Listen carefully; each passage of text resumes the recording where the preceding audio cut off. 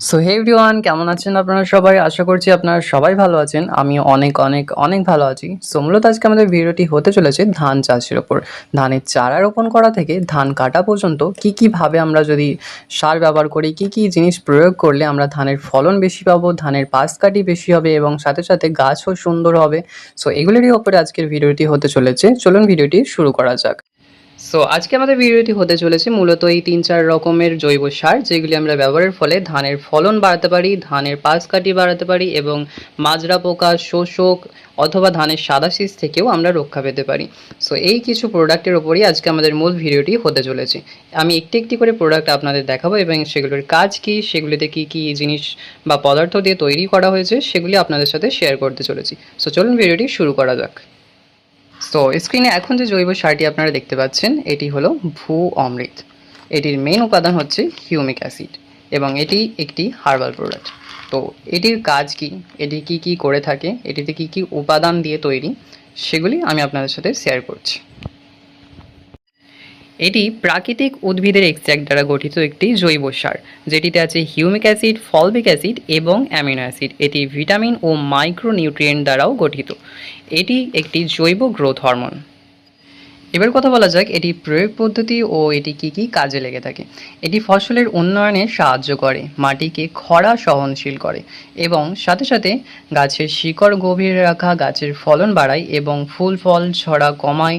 এরই সাথে সাথে গাছের পুষ্টি গ্রহণের ক্ষমতাও বাড়িয়ে তোলে, গাছের রোগ প্রতিরোধ ক্ষমতা বাড়ায় এবং জল সাশ্রয় করে। জল সাশ্রয় করার মানে হচ্ছে মাটির পিএইচ লেভেল মেনটেন রাখতে সাহায্য করে, যার ফলে আমরা অনেক সময় চাষের সেচ অনেক কম দিয়ে থাকি, মানে চাষের জমিতে জল অনেক কম দিয়ে থাকি। কিন্তু সেক্ষেত্রে আপনি যদি এটি ব্যবহার করে থাকেন তখন এটি এমনভাবে কাজ করবে যে কম জলেও আপনার গাছটি ঠিকঠাকভাবে ফলন দিতে সক্ষম হবে এবং এটি গাছের দ্রুত বৃদ্ধিতেও সাহায্য করে থাকে। এটির ব্যবহার পদ্ধতি হলো এটি ধান রোপণের পরেও 15 দিন পর্যন্ত ব্যবহার করা যায়, কিন্তু এটির সঠিক ব্যবহার পদ্ধতি হলো আপনি চাষের জমি চাষ দেওয়ার সময় অথবা চাষ দেওয়ার পরে আপনি এটি বালি অথবা মাটির সাথে মিশিয়ে পুরো জমিতে ছড়িয়ে দিতে পারেন। এক্ষেত্রে এটি খুবই ভালো কাজ দেখা যেতে পারে। স্ক্রিনে এখন যে প্রোডাক্টটি আপনাদের দেখাচ্ছি এটিও একটি জৈব সার, যেটির নাম হলো সয়েল গোল্ড। এটি একটি অর্গ্যানিক ফার্টিলাইজার সয়েল অ্যাপ্লিকেশন, যেটি আমরা সরাসরি মাটিতে ব্যবহার করতে পারি। এটিও ধান চাষের ক্ষেত্রে খুবই সুন্দর ফলন দিতে দেখা গিয়েছে। এটি ধান চাষের শুরুতে ব্যবহার করতে হয়, মানে চাষের মাটিতে 1 চাষ অথবা 2 চাষ দেওয়ার পরে ব্যবহার করলে এটি সব থেকে ভালো কাজ দেখতে পাবেন। এটিতে আছে পটাশিয়াম হিউমেট, সামুদ্রিক শৈবাল এবং বোরন। এদের কাজ হলো মাটির উর্বরতা শক্তি বাড়ানো, গাছের শিকড় দ্রুত গভীরে করা, গাছের পুষ্টি ধরে রাখার ক্ষমতা বাড়ানো এবং সাথে সাথে এটিতে যেটি আপনি পেয়ে যাবেন এটি উদ্ভিদের প্রাকৃতিক হরমোন যোগাতে সাহায্য করে। এটিতে ভিটামিন আছে এবং অ্যামিনো অ্যাসিডও আছে, যেগুলি গাছের অত্যন্ত ভালো ফলন, গাছের পাশ কাটিয়ে বাড়ানো এবং সুস্থ সবল সতেজভাবে গাছকে রাখতে সাহায্য করে। আর গাছ যাতে ছোট বড় শীষ অথবা অনেক সময় ধানের সাদা শীষ কম ফলন যেগুলো দেখা যায় সেগুলি থেকেও এটি ব্যবহারের ফলে রক্ষা পেতে পারেন। আচ্ছা, আমি ভিডিওর আগেও বলেছি, ভিডিওতে এখনও বলে দিচ্ছি, এগুলি কিন্তু জৈব সার, এগুলি কিন্তু রাসায়নিক সার নয়। তো ধান চাষের শুরুতে আমরা যে দুটি অ্যাপ্লাই করতে পারি সেগুলি হলো ভূ অমৃত এবং সয়েল গোল্ড। এই দুটি আপনি যদি ধান চাষের শুরুতে অ্যাপ্লাই করেন তাহলে আপনার গাছ খুব সুন্দর হবে এবং ফলনও খুব সুন্দর দেখতে পাবেন। এবার বলা যাক এর পরে আমরা কি কি ব্যবহার করতে পারি, বা ধান চাষের রোপণের 15 দিন পর অথবা নিরোবার আগে আমরা কি কি ব্যবহার করতে পারি। সো চলুন দেখে নেওয়া যাক। তো এখন স্ক্রিনে যে দুটি সার আপনারা দেখতে পাচ্ছেন এগুলির একটি হলো পাওয়ার প্লাস এবং একটি হলো কপ কেয়ার।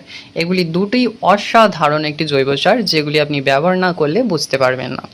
সো প্রথমে আমরা কথা বলে নিই পাওয়ার প্লাসের সাথে। পাওয়ার প্লাস কী আছে, পাওয়ার প্লাস কীভাবে ব্যবহার করতে হয় এবং পাওয়ার প্লাসের কাজ কী। সো চলুন জেনে নেওয়া যাক পাওয়ার প্লাস কী কী কাজ করে থাকে। তো পাওয়ার প্লাসে আছে হিউমেট কম্পাউন্ড এবং নাইট্রোবেনজিন, যেগুলি আপনার গাছের সুফলন আনতে সাহায্য করে। এগুলি কী কী কাজ করে থাকে? হিউমেট কম্পাউন্ড যেটি গাছকে একদম সুন্দরভাবে গ্রোথ হতে সাহায্য করে, ফলে গাছের গ্রোথ খুবই তাড়াতাড়ি বৃদ্ধি পায় এবং গাছের যে ডালপালা সেগুলিকেও বাড়তে সাহায্য করে, ফলে আপনার ধানের পাশ কাটি সেগুলি আরও দ্রুত আর বেশি বৃদ্ধি পাবে। আর নাইট্রোবেনজিন হলো এমন একটি সার যেটি ফল এবং ফুলকে পুষ্টতা দিতে সাহায্য করে। আপনার ধানের যদি সাদা শীষ হয়ে থাকে অথবা আপনার ধানে দেখে থাকি যে ধানের ডগার অংশগুলো সম্পূর্ণভাবে পুষ্ট হয়ে গেছে এবং গোড়ার অংশগুলো ঠিকভাবে পুষ্ট হয়নি অথবা আগড়া রয়ে গিয়েছে, যেগুলি সম্পূর্ণভাবে পুষ্ট হয় না সেগুলি ওয়েস্ট ধান অথবা আগড়া হিসেবে বাদ চলে যায়। সো এটি ব্যবহারের ফলে আপনার যে ধানের গোড়া শীষের গোড়ার যেগুলো ফলনগুলো হবে সেগুলিও সম্পূর্ণভাবে পুষ্ট হয়ে যাবে, যার ফলে আপনি আগে যে ধান তুলনায় ধান পেতেন তার তুলনায় আরও বেশি ধান পাবেন। এর সাথে সাথে এটি ধানের দানা বাড়াতেও সাহায্য করে। ধানের কাঠি তো আপনাকে বাড়িয়ে দিচ্ছেও, এরই সাথে সাথে ধানের দানা বাড়াতেও সাহায্য করছে। ফলে যে জায়গায় আপনি একটি শীষে 100 বা 200 ধান পেতেন সেখানে আরও বেশি ধান পেতে পারেন। এবার কথা বলা যাক ক্রপ কেয়ারের ওপর। ক্রপ কেয়ার কী কী উপাদান দ্বারা গঠিত এবং ক্রপ কেয়ার কী কী কাজে লেগে থাকে অথবা কী কী কাজ করতে পারে। সো ক্রপ কেয়ারে থাকে মাইক্রোনিউট্রিয়েন্ট হলো অনেকগুলো ছোট ছোট অনুখাদ্য যেগুলি একত্রে আমরা মাইক্রোনিউট্রিয়েন্ট বলে থাকি, যেমন zinc, iron, manganese, boron, copper এবং মলিবডেনাম। এগুলি সবই একত্রে বলা হয় মাইক্রোনিউট্রিয়েন্ট। এগুলি আমাদের মাটিতে প্রাকৃতিকভাবেই থেকে থাকে, কিন্তু এখনকার মাটিতে অতিরিক্ত রাসায়নিক সার প্রয়োগ করার ফলে মাটিতে এগুলির অভাব হচ্ছে, যার ফলে গাছ অতিরিক্তভাবে এগুলি নিতে পারছে না এবং এর ফলে খুবই কম ফলন ও অনেক খারাপ অবস্থায় গাছটি বড় হচ্ছে, যার ফলে ধানের কম ফলন দেখা যাচ্ছে। সো এটিতে আছে মাইক্রোনিউট্রিয়েন্টের যেগুলি আমি এক্ষুনি বললাম যে আয়রন, ম্যাঙ্গানিজ, কপার এবং বোরন এই সব সমস্ত জিনিস আছে। তো এগুলি আপনি যদি এই সারটি মাটিতে ব্যবহার করেন তাহলে এগুলি গাছের অনুখাদ্য হিসেবে গাছ গ্রহণ করতে পারছে, যার ফলে আমরা অনেক সময় দেখে থাকি গাছ অনেক সময় একটু বেড়েই তারপর থমকে যায়, তার আগে যেন গাছটি আর বাড়তে চাইছে না অথবা গাছের পাতা হলুদ হয়ে আছে। সেক্ষেত্রেও এইটি যদি আপনি ব্যবহার করতে পারেন তো গাছ সেই অনুখাদ্যগুলো গ্রহণ করে আবার আগের তুলনায় ভালোভাবে বাড়তে পারবে এবং গাছের পাতায় পুনরায় সবুজ আপনি দেখতে পাবেন। যেখানে হলুদ হয়ে থাকছিল সেই পাতাটি আবারও সবুজ হয়ে যাবে এবং সুন্দরভাবে গ্রোথ হতে সাহায্য করবে। তো এগুলির মধ্যে যে কোনো একটি আপনি ব্যবহার করতে পারেন, পাওয়ার প্লাস অথবা ক্রপ কেয়ার। এটি ব্যবহার করার সময় হলো ধানের রোপণ করার পর 1 মাস অবস্থায় অথবা 25 দিন অবস্থায় আপনি এর মধ্যে যে কোনো একটিই ব্যবহার করতে পারেন। আর কারো যদি এগুলি দুটিই প্রয়োজন মনে হয় সেক্ষেত্রে 15 দিন পর একটি এবং 1 মাসের মাথায় একটি, দুটিই ব্যবহার করতে পারেন। এটি ব্যবহার করার সময় হচ্ছে ধানের গাছের গোড়ার যে ঘাস বা আগাছা আছে সেগুলি পরিষ্কার করার সময় অথবা ধানের গাছের গোড়ার মাটি নাড়াঘাটা করার আগে এটি আপনি ব্যবহার করতে পারেন। এবারে কথা বলা যাক নিম নিনজা এবং গ্রিন অ্যাক্টি। এগুলি আমরা কখন ব্যবহার করতে পারি এবং এগুলির কাজ কী, এগুলি আমরা ধানে কীভাবে ব্যবহার করতে পারি। সো এইগুলি হচ্ছে একটি প্রাকৃতিক নিম তেল। নিম নিনজা মানে হচ্ছে নিম তেল, একটি প্রাকৃতিক নিম অয়েল। সো এটি আমরা ব্যবহার করতে পারি ধানের মাজরা এবং শোষকের ওষুধ যখন আমরা দিচ্ছি তার সাথে এটি মিশিয়ে অল্প পরিমাণে ব্যবহার করতে পারি। সো অনেক সময় আমরা গিয়ে দোকানে বলি আমাকে মাজরার ওষুধ দিন অথবা শোষকের ওষুধ দিন। তো অনেক রকম যখন কীটনাশক আমরা যে ওষুধগুলো দিয়ে থাকি তার সাথে আমরা এটা মিশিয়ে ব্যবহার করতে পারি। সো এটি যখন আমরা মাজরার ওষুধ বা পোকামাকড়ের ওষুধ আমরা ব্যবহার করছি তো খুবই বেশি দামের আমরা অনেক সময় কিনে ফেলি। তো সেক্ষেত্রে আপনি কম দামের ওষুধ কিনে এর সাথে এই যে নিম নিনজা যেটি আছে নিম অয়েল, এটি আপনি মিশিয়ে ব্যবহার করতে পারেন। এটি মিশিয়ে ব্যবহার করলে আপনি যেখানে আপনি প্রত্যেক সপ্তাহে একবার অথবা 15 দিন অন্তর একবার যেটি আপনি ব্যবহার করছেন বা গাছের পোকা তাড়ানোর জন্য অথবা মাজরা পোকার প্রতিরোধ করার জন্য, তো সেক্ষেত্রে এটি আপনাকে মোটামুটি 20 দিন পর্যন্ত আর ব্যবহার করতে হবে না। এটি অনেক লং লাস্টিং করবে। আর এরই সাথে আছে গ্রিন অ্যাক্টি। এটি একটি আঠা বা স্প্লিটার। এটি ব্যবহারের ফলে গাছে যখন আমরা এটি ওষুধটি ব্যবহার করছি এটি আর এটি এবং সেই ওষুধটি তিনটি মিশিয়ে যদি আমরা ব্যবহার করি তো গাছের ওপরে যখন আমরা এটি ব্যবহার করছি এটি মানে হয়তো এখন বর্ষার সময় ব্যবহারের আগে যখন আমরা ব্যবহার করলাম তার কিছুক্ষণ পরে বৃষ্টি হলো সেগুলো ধুয়ে চলে গেল, আমাকে আবারও পুনরায় ব্যবহার করতে হবে। তো গ্রিন অ্যাক্টি এটি যদি আমরা দিয়ে ব্যবহার করি এটি গাছে ব্যবহারের কিছুক্ষণের মধ্যেই এটি গাছ নিজের সাথে শোষণ করে নেয়, মানে গাছের ভিতরে সেটি চলে যাবে, গাছের পাতা কাণ্ড দ্বারা সেটি গাছ ভেতরে শোষণ করে নেবে, যার ফলে আপনাকে আবারও পুনরায় ব্যবহার করতে হবে না।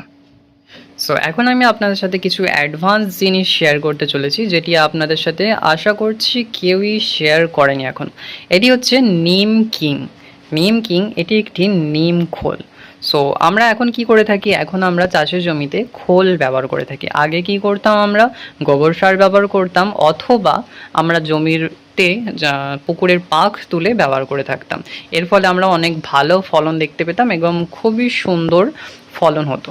তো ওগুলি এখন আর হচ্ছে না এবং ওগুলি করতে গেলে এখন খুবই বেশি খরচা হয়ে যাচ্ছে। তো তার জায়গায় আপনি এই নিম খোল ব্যবহার করতে পারেন।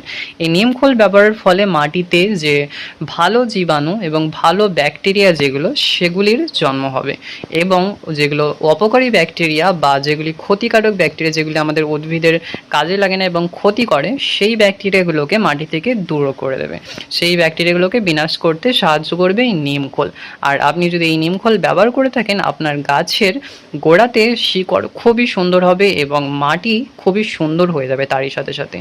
তো এটি হচ্ছে একটি অ্যাডভান্স জিনিস, এটি আপনি ব্যবহার করে দেখতে পারেন, তবে এটি আপনার ওপর ডিপেন্ড করছে আপনি এটি ব্যবহার করবেন কি না করবেন। তো এখন পর্যন্ত আমি আপনাদের সবার সাথে এটি শেয়ার করলাম যে ধানের চাষের শুরু থেকে কিভাবে কি ব্যবহার করবেন। যদিও কেউ বুঝে না থাকেন তো বলে দিচ্ছি, নিম খোলটি চাষের শুরুতে ব্যবহার করতে হয়, এবং এখানে যে সয়েল গোল্ড আছে এবং ভূ অমৃত আছে এগুলিও চাষের শুরুতে ব্যবহার করতে হয়। আর এইগুলি হচ্ছে ধান রোপণের কিছু টাইম পরে যখন আমরা নিরোই তখন কপ কেয়ার অথবা পাওয়ার প্লাস অথবা কিছুদিন পর পর দুটোই ব্যবহার করতে পারেন। আর কোনো রকম পোকা মাদ্রা এই সমস্ত জিনিসের ওষুধ ব্যবহার করার সাথে সাথে নিম অয়েল যেটি আপনি ব্যবহার করলে সেই ওষুধটি লং লাস্টিং করবে এবং কার্যকরী হবে। সো এগুলি হলে সমস্ত প্রোডাক্ট আমরা ব্যবহার করতে পারি ধান চাষের ক্ষেত্রে সুফলন পেতে। এগুলি সবই কিন্তু জৈব প্রোডাক্ট। তো এটাই ছিল আজকের ভিডিও। আপনারা এই প্রোডাক্টগুলো কীভাবে পাবেন, এই প্রোডাক্টগুলি পাওয়ার জন্য অবশ্যই ভিডিও নিচে কমেন্ট করবেন। আর কেউ যদি কিছু আরও বেশি ডিটেলসে জানতে চান তাহলে অবশ্যই নিজের নাম্বার দিয়ে কল মি ব্যাক বলে অ্যাপ্লাই করতে পারেন। সো এটাই ছিল আজকের ভিডিও। সো আশা করছি ভিডিওটা ভালো লেগেছে, আপনাদের সাথে শেয়ার করে আমারও অনেক ভালো লাগছে যে জৈবভাবে জৈব পদ্ধতি দিয়ে কিভাবে সুন্দরভাবে সুফলন পেতে পারেন। সো ভিডিওটা এখানেই শেষ করছি, চলুন দেখা হবে আরও একটি নতুন ভিডিওতে, ততদিনের জন্য বাই বাই।